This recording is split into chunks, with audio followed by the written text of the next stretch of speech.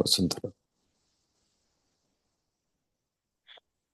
జై శ్రీరామ్ స్వామి. స్వామి, ఈ 11వ సర్గలో 19వ శ్లోకం. స్వామి, ఓ మహాత్మా, మీరు వచించినది సత్యము. ఈ మనస్సే జీవునకు ముఖ్య దేహం బగును. కమ్మరివారు కుండను చేయునట్లు ఈ మనస్సు తపస్సంకల్పముచే భౌతిక దేహమును నిర్మించుచున్నది. ఇట్లా వాళ్ళ సంకల్పం ప్రకారమే భౌతిక దేహం ఉన్నట్లయితే, మరి అంగవైకల్యం ఉన్న వాళ్ళు అట్లా ఇంకా కొన్ని స్ట్రగుల్స్ ఉంటాయి కదా స్వామి. అవి అవి కూడా వాళ్ళకు వాళ్ళు అంత కష్టపెట్టుకోవడానికి సృష్టించుకోరు కదా అని డౌట్ వస్తుంది స్వామి. అవునమ్మా. ఇప్పుడు నువ్వు ఒక వేదిక మీద నుంచి మాట్లాడుతూ ఉన్నావు, ఒక నిశ్చయం అనే వేదిక మీద నుంచి. ఆ కారణం చేత ఈ సందేహం వస్తుందన్నమాట. ఇక్కడ మనం గమనించవలసింది ఏమిటంటే, ఇక్కడ జీవశబ్దంతో చెప్పబడ్డది కూడా మనస్సే. నిజానికి జీవత్వం అనేది లేనే లేదు. జీవుడికి జన్మ ఉంటుంది, అంటే పుట్టుక ఉంటుంది, పుట్టుక అనే అనుభవం ఉంటుంది జీవుడికి. ఆ అనుభవాన్నే జీవుడు అనే పేరుతోటి చెప్తాం మనం ఇక్కడ.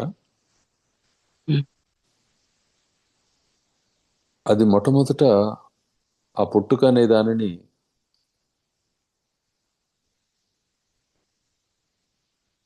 భావన చేసినప్పుడు అది మరలా నేనేమిటి అని ఆలోచన చేస్తూ తను తాను చూడగలుగుతుంది. ఇది ప్రథమ జీవుడికి. అంటే బ్రహ్మదేవుడు ఉన్నాడు అనుకో, ఆయనకి కూడా ఆయు ప్రమాణం చెప్పబడింది కదా. అది స్వయంగా ఆయన నిర్మించుకున్నది ఆయు ప్రమాణం అనేది. ఆయన యొక్క పగళ్ళు రాత్రులని, లేకపోతే ఆయన యొక్క ఉన్మేష నిమేషాలని, అంటే కనురెప్పపాటు, కనురెప్ప తెరవడం, ముయ్యడం అనే కార్యక్రమం అని చెప్పి చెబుతాం. జాగ్రత్త అవస్థలోకి రావడం, మరలా ఆయన నిద్రావస్థలో ఉండడం అనేది మనం కల్పము అనే పేరుతోటి చెప్తాం అన్నమాట. కల్పం అనేది పగటి కాలం అయితే అంతే సమయం రాత్రి కాలం ఉంటుంది ఆయనకి. ఈ సందర్భంలో ఆయనకి నిజానికి నేను జన్మించాను, నాకు ఇంత వయసు గడిచింది అనే భ్రాంతి ఆయనకు ఉండదు.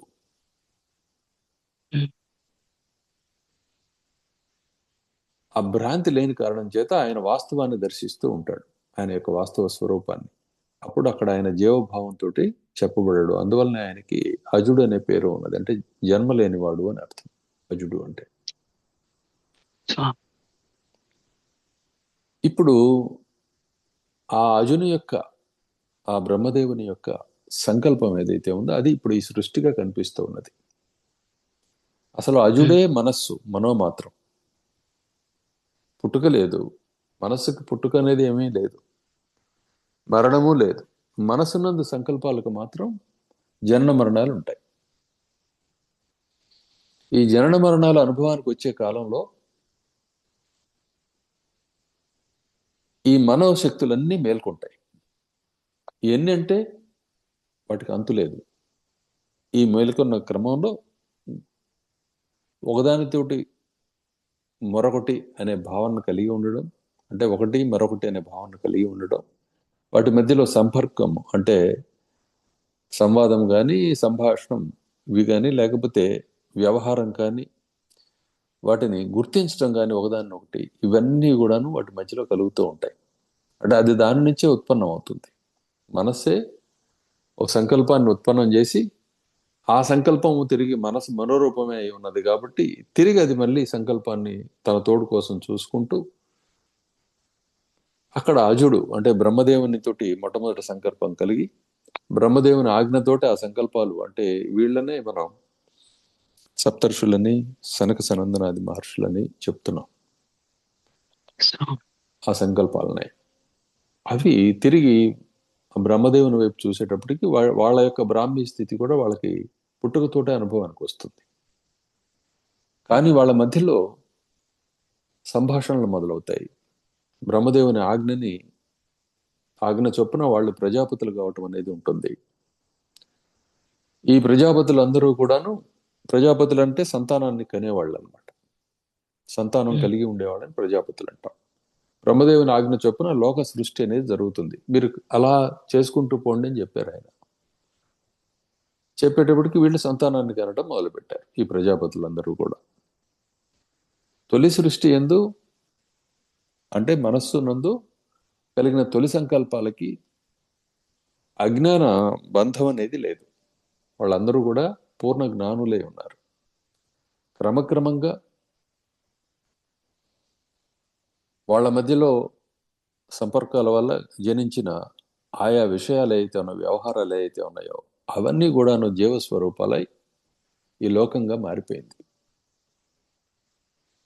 ఇప్పుడు ఇక్కడ నీకు ఇదంతా ఎందుకు చెప్పాను అంటే, మనస్సు అనేక అనేక సృష్టులు చేసుకుంటూ వెళుతూ ఉన్నది. ఈ సృష్టిలో సృష్టించబడుతున్న సమస్తమైన ప్రతి యూనిట్ కూడాను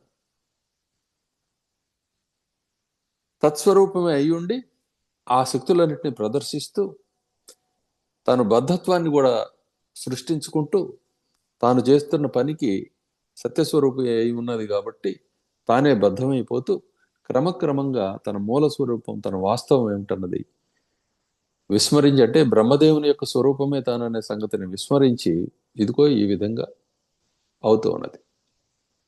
ఈ క్రమంలో కర్మ, అకర్మ, వికర్మ ఇత్యాది మాటలన్నీ కూడా వస్తూ ఉన్నాయి. వాటి ఫలకాంక్ష, ఆసక్తిని అనుసరించి స్పందనను అనుసరించి ఫలితము, ఆ ఫలితాన్ని కోరే చేసింది కాబట్టి ఆ ఫలితాన్ని అనుభవించటము, అది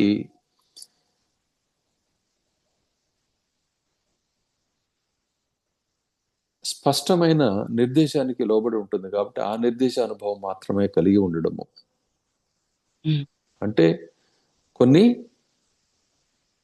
నిబంధనలకి లోబడి ఉండడము, పరిమితులు కలిగి ఉండడము ఇత్యాది అనుభూతిని అది పొందుతూ ఉన్నది. అంటే ఇప్పుడు ఉదాహరణకి మళ్ళీ ఈ ప్లాట్ఫామ్ మీదకి వద్దాం. ఇప్పుడు మనం మాట్లాడుకుంటాం దీని మీదకి. ఈ జీవితాలు తీసుకున్నట్లయితే నీ మనసులో నువ్వేం ఆలోచన చేస్తున్నావో ఆ ఆలోచనని ఒక రసానుభవం కోసం మొదలుపెట్టావు. మీ తల్లిగారితోటి నువ్వు మాట్లాడుతున్నట్లుగా నువ్వు ఆలోచన కలిగింది.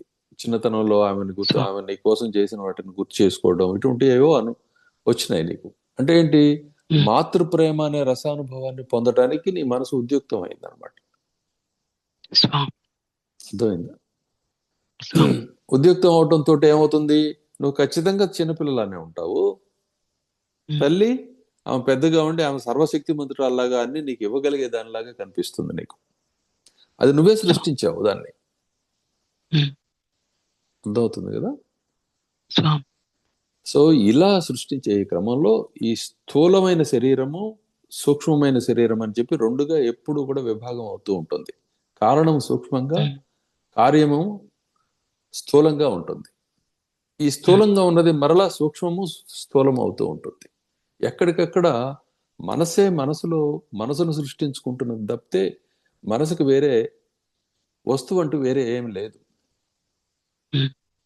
ఈ మనసు సృష్టించబడ్డ మనసుని తలపు లేకపోతే సంకల్పం అనే మాటలతో మనం మాట్లాడుతున్నాం. వృత్తి అనే మాటతో కూడా మాట్లాడుతాం.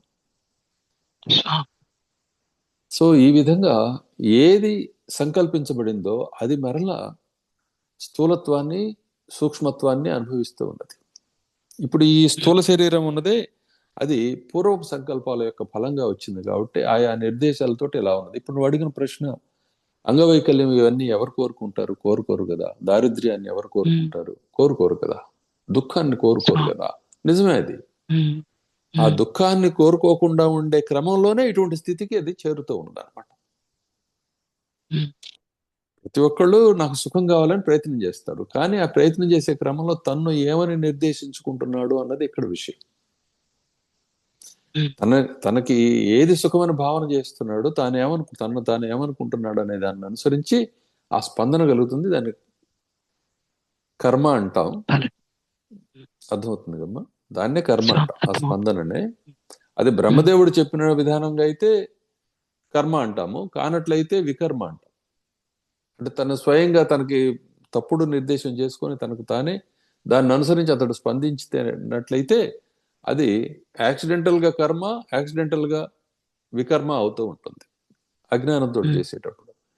అలా అజ్ఞానం ఎప్పుడైతే మేళవించిందో, అక్కడికి వచ్చి కూర్చుందో తమో గుణం, అప్పుడు ఈ ప్రమాదాలన్నీ వచ్చి కూర్చుంటున్నాయి అనమాట. ఇప్పుడు ఒక శరీరం, ఒక స్థూల దేహంలో సామర్థ్యాలు, అలానే సూక్ష్మదేహాలు, మనస్సులో సామర్థ్యాలు, ఇవన్నీ కూడా పూర్వ స్పందన ఫలాలు, పూర్వ నిర్దేశ ఫలాలు. ఆ నిర్దేశాల్లో బ్రహ్మదేవుని యొక్క ఆ స్ఫురణ ఏదైతే ఉందో, ఆ స్పృహ ఏదైతే ఉందో, ఆ స్పృహకి దగ్గరగా ఉండటము, స్పృహని వీడి స్పందించడం అనే రెండు లక్షణాలు వచ్చినప్పుడు, మొదటి లక్షణానికి వాళ్ళ ఏమో ఉత్తమోత్తమైన గుణాలతో ప్రకాశిస్తారు. రెండవ లక్షణాన్ని, రెండవ అభ్యాసం వల్ల ఇదిగో నువ్వు చెప్పే ఈ వైకల్యాలు, వ్యవహారాలు ఇవన్నీ వస్తూ ఉన్నాయి. ఇది ఇక్కడ జరుగుతున్నది వాస్తవానికి. అసలు బ్రహ్మదేవుడే జనించలేదు. మరి ఆయన చెప్పే ఆయన ఆయన సంకల్పం మరి పుట్టుక కలిగి ఉన్నదా లేదా అంటే సూక్ష్మంగా ఆలోచన చేస్తే ఏం లేదు అది. అందువల్ల దీన్ని విద్యా జగత్తు అంటున్నాం. అనుభవానికి వస్తుంది, కానీ గ్రహించి దాన్ని ఒక పక్కన ఉంచుకుందామంటే కుదరదు. ఈ జగత్తులో నీ అనుభవాలు ఏది నువ్వు పట్టుకొని ఉంచుకోగలుగుతున్నావు? జారిపోతూ ఉన్నాయి కదా. అనుక్షణం కూడా రేపు గురించి ఆలోచన చేస్తున్నాం, నిన్నటిని గుర్తు పెట్టుకున్నాం, వర్తమానం ఏమిటి జారిపోతూ ఉంది కదా. వర్తమానం జారిపోతూ ఉండగా నిన్నటిది స్మృతి మాత్రమే ఉండదుగా, రేపు రాబోయేది కూడా అంతగాక ఇంకేముంటుంది. సో ఈ విధంగా ఇందులో ఏంటంటే అణువు అనేది వాస్తవం కాదు, అర్థం చేసుకోవడానికి చెప్పేమాట. అణువు కూడాను చైతన్యాత్మకము, చిదాత్మకమే, కేవలం చిత్స్వరూపమే అయి ఉన్నది. కానీ దాని నిర్దేశాన్ని అనుసరించి దాని అనుభూతి కలుగుతున్నది. అందువలన అది స్థూలంగా మరలా దాని ఆలోచనగా, దానికి ఇష్టాల రూపంలో, దాని మనో రూపంలో కూడా సూక్ష్మంగా కూడా ఉంటూ ఉన్నది. ఈ స్థూల శరీరంలో ప్రతి అణువుకి కూడా దాని ఎజెండా దానికి ఉన్నది. ఉంటే కదా మరి అది కూడా అక్కడ ఉండేది. కానీ ఆ ఎజెండాలో ఉండే లోపం వల్ల అది ఇన్ని రోజులకి అది నశించిపోవటం అని, వాళ్ళకి క్రొత్తది ఉత్పన్నం కావడం అనేది ఈ స్థూల శరీరం అనే మొత్తం అణువుకి ఉన్నది. అణువులో అణువు, అణువులో అణువు, అణువులో అణువు. అణువు పరమాణు అని చెప్పి రెండుగానే మనం మాట్లాడతాం శాస్త్ర పరిభాషలో, ఇది మన సైంటిఫిక్ గా మాట్లాడేటప్పుడు. కానీ పరమాణు అన్న దాని తర్వాత మళ్ళీ మీరు లోపలికి వెళుతున్నారు కదా, దాంట్లో ఏమున్నాయి మళ్ళీ ఎలక్ట్రాన్స్, ప్రోటాన్స్, న్యూట్రాన్స్, ఇలా ఏవో చాలా చెప్తాం కదా మనం దాంట్లో. ఒకటి ఎప్పుడైతే నీవు నిర్దేశించావో దానికి మళ్ళీ స్పెసిఫిక్ ఆకారం ఉంటుంది, లక్షణం ఉంటుంది. మరలా అది విభాగానికి ఎప్పుడైతే ఒక ఆకారాన్ని చెప్పావో ఆకారాన్ని రెండుగా విడగొట్టడానికి, అనేకంగా చేయటానికి తప్పనిసరిగా అవకాశం ఉంటుంది. నీకు సామర్థ్యం ఉందా లేదా అన్నదే పాయింట్ తప్ప, అక్కడ ఇలా ఎంతగా విడగొట్టుకుంటూ పోయినా విడిపోతూనే ఉంటుంది. ఇంకా స్థూల సూక్ష్మత్వం అనేది అనుభవానికి వస్తూనే ఉంటుంది. జాగ్రత్తగా ఆలోచన చేస్తే ఈ ఈ అనుభవాన్ని అంతా కూడాను గమనించుకొని ముందుకు వెళ్ళినట్లయితే ఇది కేవలము చైతన్యం యొక్క స్పృహ, దాని యొక్క శక్తులే తప్ప అన్యమైంది ఏం లేదు. శక్తులనే మాట కూడాను అనుభవ కాలంలోనే తప్ప అది అది అదే ఉంది, తానే ఉంది, రెండవది లేదు అని చెప్పి తెలుస్తుంది నీకు. అప్పుడు నేనెవరు అని చెప్పి నువ్వు ప్రశ్న చేసుకున్నప్పుడు నువ్వు దేంతోటి నువ్వు ఐడెంటిఫై అవుతావు? నేను అనే దగ్గర ఈ శరీరంతోట, ఈ ఆలోచనతోట, దేంతో ఐడెంటిఫై అవుతావు? ఆలోచన మారిపోతుంది, శరీరం మారిపోతుంది, మరి నువ్వెవరు? నువ్వు మాత్రం మారే ఆలోచనలకన్నిటికీ సాక్షిగా ఉన్నావు, మారిపోతున్న వచ్చిపోతున్న శరీరాలకి సాక్షిగా ఉన్నావు, అనుభవాలకన్నిటికీ సాక్షిగా ఉన్నావు. మరి నువ్వెవరు? నువ్వు శూన్యమా? ఏమిటి నువ్వు శూన్యమైతే నీకే అనుభవం ఉండదు. శూన్యం ఎప్పుడు జడమే కదా, అదేమి చేయలేదు కదా. కాబట్టి నీకే అనుభవం ఉండదు శూన్యం అయితే. శూన్యం కాదనమాట. శూన్యం కాకపోతే మరి దాన్ని ఎలా చూడటం? ఇంకోటి ఉంది అనుకుంటున్నావు కాబట్టి నిన్ను నువ్వు చూడాలనుకుంటున్నావు. నిన్ను నువ్వే చూడాలనుకుంటున్నావు అన్న సంగతి కూడా నీకు తెలియడంలా. ఇంకేదో ఉందని వెతుకుతున్నావు. చూసే వాటన్నిటిని ఆపివేసి, దృశ్యాన్ని నిరాకరించి, ఈ అనుభవాలన్నింటినీ ప్రక్కకు పెట్టేస్తే, నేనేమిటని ఆలోచన చేస్తే, అలానే ఈ అనుభవాల యొక్క స్వరూపము, వాటి పుట్టుపూర్వోత్తరాలని కొంచెం సూక్ష్మంగా ఆలోచన చేసినట్లయితే ప్రతి తలపు కూడా నీ మనసులోనే పుడుతూ ఉన్నది, అక్కడే లయమైపోతూ ఉన్నది. కాబట్టి అంతా మనోమాత్రమే, రెండవది ఏమి లేదు. అనేకత్వం అనేది నీ మనసులో నువ్వు ఎట్లయితే కల్పించుకున్నావో, మరొక మనసులో ఇప్పుడు ఈ స్థూల శరీరము సూక్ష్మ శరీరము భాగమైనప్పుడు దానికి తన మనసు అనే ఉదాహరణ తీసుకొని దాన్ని అర్థం చేసుకోగలుగుతుంది తప్ప, బయటకు చూసి ఇక్కడ ఏముందని వెతుకుతూ ఉంటే మాత్రం ఎప్పటికీ అది అర్థం కాదు.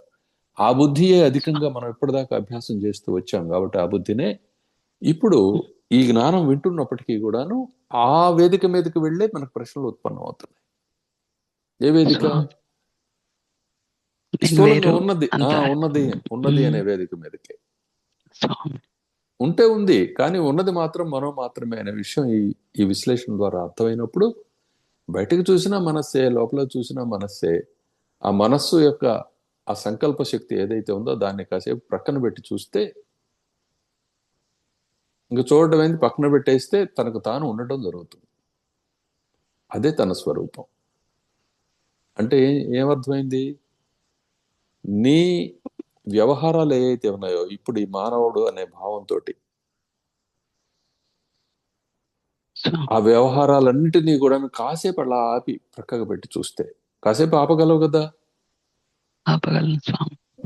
ఆపి ప్రక్కకు పెట్టి చూస్తే అప్పుడు అవన్నీ కేవలం మనోమాత్రాలే కదా, నా సంకల్పాలే కదా, అన్యం కాదు కదా అని చెప్పి తెలియటంతో నీకు ఆత్మధ్యానం సిద్ధిస్తుంది. ఆ ధ్యానం అలా చేస్తూ పోగా సమాధి సిద్ధిస్తుంది. అంటే ఏంటంటే ఇంకా మరి ఏ మానసికమైన రుగ్మత లేని స్థితి సిద్ధిస్తుంది. అదే సమాధి. భ్రాంతులు లేని స్థితి, అన్యం తోచని స్థితి సిద్ధిస్తుంది. దాన్ని సమాధి అంటారు. ఆధి అంటే మనసుకు తోడు తన మనసులో తోడు కనపడటం, మరొకటి ఏదో పురుగు దూరటం. ఆధి అంటే మనోవ్యాధి. మనోవ్యాధి ఏ విధంగా ఉంటుంది అంటే, నేను ఫలానా నిర్దేశం చేసుకొని దానికి ఇష్టాలను బట్టి ఉంటుంది. అసలు మరొకటి ఉంది అనేదే మొట్టమొదటి వ్యాధి. అది లేదు అని చెప్పి బ్రహ్మదేవునికి తెలుసు, ఆయన సంతానానికి తెలుసు. ఆయన సంతానమైన మనకి తెలుసుకోవటానికి అవకాశం ఉంది, ఇదిగో ఈ విధానం ద్వారా. ఇప్పుడు ఈ విశ్లేషణ ద్వారా ఇది అర్థమైంది కదా నీకు? అర్థమైంది స్వామి. సో సర్వం మనోమయం. మనస్సు అనే మాట ఇక్కడ మనం మననాత్ మనహ అని చెప్పి అంటాము. మననం చేస్తూ ఉన్నది. దేన్ని మననం చేస్తూ ఉన్నది? తన శక్తులను మననం చేస్తుంది, తన అనుభూతులను మననం చేస్తూ ఉన్నది. ఆ అనుభూతుల్ని అలా పెట్టుకొని దాన్ని ఆసరాగా చేసుకొని క్రొత్త వేటినో సంకల్పిస్తుంది. అంటే సృష్టి శక్తి ఉంది. దీన్నే బ్రాహ్మీ శక్తి అంటారు. బ్రహ్మవర్చస్సు అంటారే, విన్నావు కదా? విన్నాను స్వామి. బ్రహ్మవర్చస్సు అంటే ఇదే. అంతేగాని బయటకు ఏదో సినిమాలో చూపించినట్లు రంగులతో వెలగటం కాదు. అది బ్రహ్మవర్చస్సు అంటే సృజనాత్మక శక్తి కలిగి ఉండడాన్ని బ్రహ్మవర్చస్సు అంటాం. అర్థమైందా? సృజనాత్మక శక్తి ఎవరిలో లేదు. ఎక్కువ తక్కువలో భేదాలు, వేగాలు, లేకపోతే వైవిధ్యాలు, సునిశ్చితత్వం, ఇటువంటి అన్ని భేదాలతో ఉంటాయి. ఇవన్నీ మళ్ళీ కర్మలు మనసు కాక వేరు కాదు. మనస్సంకల్పాలు తప్ప కర్మలు అంటూ ఏమున్నాయి? నువ్వేం చేయబోయినా ముందు సంకల్పిస్తున్నావు కదా. సంకల్పించిన తర్వాత ఆ శరీరం నువ్వు అనుకుంటున్నావు కాబట్టి, స్థూల లోకం సత్యమైన విశ్వాసంతో ఉన్నావు కాబట్టి నువ్వు ఆ విధంగా స్పందిస్తావు స్థూల శరీరంతో, ఆయా పనులతోటి. వాటినే కర్మలు అంటావు. నిజానికి కర్మ ఎక్కడ ఉన్నది? మనసులోనే, అజ్ఞానంలో అక్కడ ఉన్నది. కర్మ, వికర్మ, అకర్మ. ఎప్పుడైతే ఈ విషయం గ్రహించావో అప్పుడు నీ సమస్తమైన స్పందనలు అకర్మగా మారిపోతాయి. ఇది మొత్తం శాస్త్రం. దీనిని తెలుసుకోవడానికి నిత్యాభ్యాసం చేస్తే గానీ అవ్వదు. నిత్యాభ్యాసం చేయడానికి అవసరం ఏమిటంటే ప్రకృతి వల్ల జనించిన నీ యొక్క ప్రస్తుత అస్తిత్వ అనుభూతి ఏదైతే ఉన్నదో ఆ అనుభూతి నుండే లోపాల వల్ల ఈ సాధన అవసరం అవుతుంది. ఈ సాధన ద్వారా ప్రకృతి మరలా సంస్కరించబడుతుంది అనమాట. అది మూల ప్రకృతి వైపు వెళుతుంది. శాస్త్రం అంటే ఏమిటి అని చెప్పంటే, నిన్ను నీ స్వాభావిక స్థితికి తీసుకువెళ్ళేది శాస్త్రం. స్వాస్థ్యాన్ని కలిగించేది శాస్త్రం. శుభాన్ని కలిగించేది శాస్త్రం. ఏది శుభము అంటే, మరి పాపము గాని దుఃఖం గాని లేని స్థితి శుభం. ఆ స్థితి ఏమిటంటే నీ స్థితియే, నీ వాస్తవ స్థితియే. దీన్ని పొందింపజేసేది కాబట్టి శాస్త్రం. అలా కాకుండా శాస్త్రాల పేరుతో చెప్పబడేవన్నీ కూడాను భ్రాంతిలో చిత్శక్తి వల్ల కల్పించుకోబడుతున్న, అనుభవించబడుతున్న ఆత్మశక్తులే, చిత్శక్తులే ఇవన్నీ కూడా. అది ఎప్పుడు తన వైపు తాను చూసుకోదలుచుకుందో, అప్పుడు తనను తాను గ్రహించదలుచుకుందో, పరమశుభాన్ని పొందదలుచుకుందో, అప్పుడు వీటన్నిటిని నిరాకరించి తనలో తానే ఉంటూ ఉంది. ఇది తత్వం. ఇదే ఈ విషయాన్ని ఇక్కడ చెప్పారు. నువ్వు అడిగింది అదే. ఇప్పుడు నీకుగా నువ్వు ఇప్పుడు నీ శరీరంలో కనపడుతున్న ఆ లోపాలు ఏవైతే ఉన్నాయో వాటిని నువ్వు కోరుకోవు, నిజమే అది. అలానే ఈ వయసు ముదిరిపోవడం ఇటువంటి దాన్ని కూడా కోరుకోవు. కానీ ఎందుకు జరుగుతున్నది ఇది? ఇది పూర్వ సంకల్పం యొక్క స్వరూపం అన్నమాట. పూర్వపు ఉద్దేశాల యొక్క స్వరూపం, నిశ్చయాలు, విశ్వాసాల యొక్క స్వరూపం ఇది ప్రస్తుత నీ జీవితానుభవం. కాబట్టి ఆ ఉద్దేశాలు, నిశ్చయాలని, వాటిని విశ్లేషించి విషయం ఇదని చెప్పి తెలియజేస్తే నీ నిశ్చయాలు మారిపోతాయి, నీ ఉద్దేశాలు మారిపోతాయి. దేనిగా ఉంటాయి? అంతా సర్వం నీవుగా కనిపిస్తుంటుంది. ఇంకప్పుడు నీకు జరామరణాలేంటి? జన్మ ఏమిటి? నీవే కదా ఎటు చూసినా సరే. చూడకపోయినా నీవే ఉన్నావు. ఈ స్థితి నీ అంతరంగానికి ఎప్పుడైతే అంటే నీ మనసుకు పట్టిందో అప్పుడు నీవు దేవుడు. నీకు తోడు లేదు, తోడుకు లోటు లేదు. ఎందుకంటే నువ్వు కల్పిస్తే వచ్చి కూర్చుంటుంది. అర్థమైందా? ఇది తత్వం. ఇది ఎప్పుడైతే నువ్వు అర్థం చేసుకుంటావో సమస్తమైన ఇప్పుడు నీకు ఇంకేం మిగిలి ఉంటుంది? ఇది ఎలా జరుగుతుంది, ఇది ఎలా జరుగుతుంది అనే వివరణలే నీకు కావాలి. కానీ మూల అజ్ఞానం అనేది నశించిపోయింది. మూల అజ్ఞానం ఏంటి? నేను ఈ మనిషిని, లేకపోతే ఫలానా వీళ్ళందరూ ఉన్నారన్నది మూల అజ్ఞానం. బ్రహ్మదేవుడు ఉన్నాడు, లేకపోతే వీళ్ళు ఉన్నారు, వాళ్ళు వచ్చారు, వీళ్ళు వచ్చారు, ఈ వరుస జరుగుతుంది అన్నది మూల అజ్ఞానం. అది ఎప్పుడైతే నశించిపోయి అది ఈ అనుభవం అంతా ఎలా కలుగుతుంది, ఈ టెక్నాలజీ ఎలా సిద్ధిస్తుంది అనే ఆలోచనలు ఉంటాయి చూసావు. ఇవి సాధనలో క్రమంగా అన్ని సమాధానించబడతాయి. కాబట్టి పరమ సమాధి సిద్ధిస్తుంది. మొట్టమొదట ఇది విషయం అని చెప్పి తేలిగ్గా తెలుసుకోవటం ఈ స్వల్పకాలిక అభ్యాసంతో. తెలుసుకున్న తర్వాత ఆ పనిలో ఉండటం అనేది తెలివైన సాధకుడు చేసే పని. అలా కాకుండా కొన్ని నిశ్చయాలకి బద్ధుడైపోయి తనకు తానే తనను బంధించుకుంటూ ఆ నిశ్చయంలోనే బాధపడేవాడు ఇంక జీవుడై నానా జన్మలు అనుభవిస్తూ ఉంటాడు. ఇదే భగవద్గీత చెప్పిన, బైబిల్ చెప్పిన. నిత్య జీవం అనే పేరుతో బైబిల్ చెప్తుంది ఇదే మాటని. ఎందుకు దాన్ని చెప్తున్నానంటే, మీకు ఇప్పుడు ప్రస్తుతం మీకు అనుభవానికి వస్తున్న లోకంలో ఈ కేకలు ఎక్కువైపోయినాయి. మా మతాన్ని మేము కాపాడుకుంటాము, ఇటువంటి ఇవన్నీ. ఈ సాధనలో నిన్ను నువ్వు తెలుసుకునేవాడిగా ఇవి నీకు పనికిరావు. అంటే సంస్కృతి ఆ జీవుడిగా అలానే వర్తించడానికి, నువ్వు హిందువు గానో, క్రిస్టియన్ గానో, లేకపోతే ముస్లిం గానో బ్రతకడానికి, నిన్ను నువ్వు అలానే ఉంచుకోవడానికి మాత్రం ఆ కేకలు పనికి వస్తాయి. కానీ అది ముక్తి కాదు కదా. ఉపనిషత్తులు ఏం చెప్తూ ఉన్నాయి? లింగధారులకు ముక్తి లేవని చెప్తున్నాయి. లింగం అంటే ఏమిటి? చిహ్నము, గుర్తు, ఫలానా నిర్దేశం, అదే లింగం అంటే. ఇప్పుడు మన భాషాపరంగా మన భాషలో చెప్పుకునే లింగాలు కాదు నేను చెప్పేది. భాష కూడా ఒక లింగం. అది లింగ జ్ఞానమే భాష అంటే. భాష అంటే వేరే ఏం లేదు. నానా చిహ్నాలు, నానా వీటన్నిటినీ దానికి విడివిడిగా చూస్తూ దాని గురించి చెప్పుకోవడానికి వీలు పడేది భాష. ఇదంతా లింగ జ్ఞానం, లింగ స్వరూపం. కాబట్టి ఎప్పుడైతే ఇప్పుడు మన పోడ్కాస్ట్ నువ్వు చూసావు కదా, చూసినప్పుడు ఇక్కడికి ఒక యువ దంపతులు డాక్టర్స్ ఇద్దరు వచ్చారు ఇక్కడికి నా దగ్గరికి. సరే వాళ్ళు కూడా చూశారు. చూసిన తర్వాత ఈ ఈ డ్రెస్సింగ్స్ ఇవి కాకుండా ఈ సీన్ కాకుండా ఒక టెంపుల్ సీన్ లో అయితే ఇది బాగుంటుంది అని వాళ్ళకి అభిప్రాయం కలిగింది.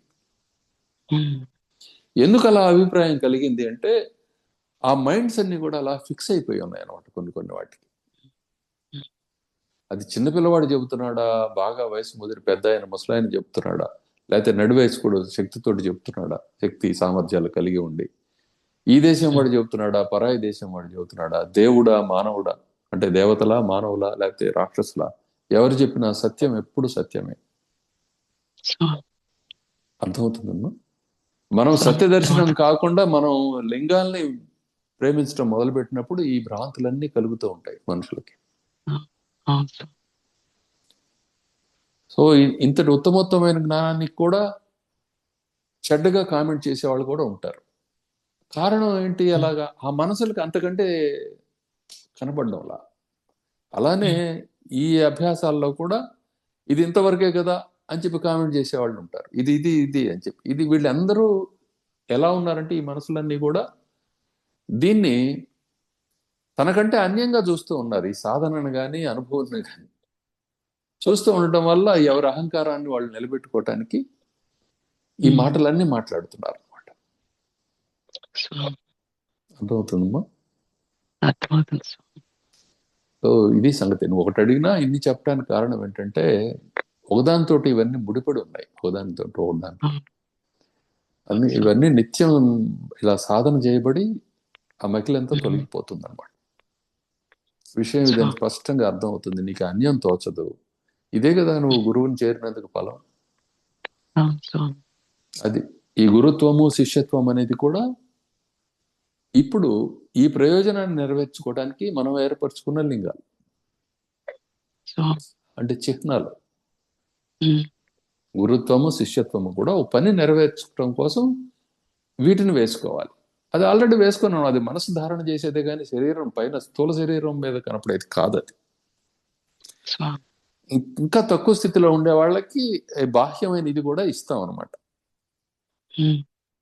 ఇప్పుడు ఒక ధర్మాన్ని కాపాడవలసిన వాడు, లేకపోతే చట్టాన్ని కాపాడవలసిన వాడు ఒక పోలీస్. చట్టాన్ని కాపాడాలి అన్న నిశ్చయం అనేది మనసుకు సంబంధించింది. పోలీసుకి వస్త్రధారణ ఉంటుంది, అతనికి యూనిఫామ్ ఉంటుంది ప్రత్యేకమైన. అది వేసుకుంటేనే పోలీసు, లేకపోతే పోలీసు కాదు. ఎప్పుడు ధర్మాన్ని కాపాడేవాడు ఎప్పుడు ఒక గవర్నమెంట్ ఉద్యోగం చేస్తున్నా చేయకపోయినా అతడు పోలీసే. అలానే ఏ పనైనా సరే, ఇప్పుడు ఎవరికైనా రోగం వచ్చింది, ఏ శరీరానికైనా, దాన్ని ఎలా తీసేయాలని ఆలోచన చేసేవాడు వైద్యుడు. అతడు కాలేజీలో సర్టిఫికెట్ తీసుకున్నాడా లేదన్నది పాయింట్ కాదు. సిన్సియర్గా దీనికి ఏమిటి మార్గం అని చెప్పి ఆలోచన, అప్పుడు అతడి నాలెడ్జ్ అతనికి పెరుగుతూ ఉంటుంది, అటు జ్ఞానం కూడా క్రమక్రమంగా. ఎందుకంటే ప్రయత్నం చేస్తున్నాడు కదా. సో అతడు వైద్యుడు. అంతేగాని ఆ తెల్ల కోట్ వేసుకొని స్టెత్ వేసుకొని మెళ్ళలో కూర్చున్నవాడు డాక్టర్ కాడు. లేదు నేను సర్టిఫికెట్ ఉంది కాబట్టి నేను డాక్టర్ అనేవాడు ఎప్పుడూ డాక్టర్ కాడు. నా ప్రాక్టీస్ బాగుండాలని కోరుకునేవాడు ఎప్పుడూ డాక్టర్ కాడు. ప్రాక్టీస్ కాదు, నా కంటికి ఎదురుగా వచ్చిన రోగం ఏదైనా సరే దెబ్బకు నయం అవ్వాల్సిందే అని కోరుకునేవాడు వైద్యుడు. రోగాన్ని చంపేవాడు వైద్యుడు అవుతాడు. అది శాస్త్రం అవుతుంది. అలా ఇక్కడ మన ఉద్దేశం ఏమిటంటే సత్యదర్శనం, ఆత్మదర్శనం. ఆత్మదర్శనానికి ఆడంబరాలు ఎందుకమ్మా? ఆడంబరం అంటే పైన కనపడే పటాటోపం అంతా ఆడంబరం ఉంటాం మనం. ఇవన్నీ ఎందుకు? పనిలో ఉండేవాడికి నేనేం వేసుకున్నాను బట్టలనే ఆలోచన ఏముంటుంది? మీరు ప్రతిరోజు వంటగదిలో పెద్ద ఫైటింగ్ రణరంగం ఉంటుంది కదా మీకు. స్పీడ్గా క్యారేజీలు సర్దాలి, ఎవరికి కావాల్సిన వాళ్ళకి వండాలి, పెట్టాలి, మళ్ళీ మనం వండుకోవాలి, పెట్టుకోవాలి. ఓ పెద్ద రణరంగం అక్కడ. ఆ సమయంలో ఇప్పుడు బట్టలు నలిగిపోతాయి, ఇటువంటి ఆలోచనలు ఏమైనా ఉంటాయా? ఉండవు కదా. ఇలానే సిన్సియర్గా పనిచేసేటప్పుడు, సత్యదర్శనం కావాలని కోరుకునేటప్పుడు ఇంకేమీ గుర్తుండదు.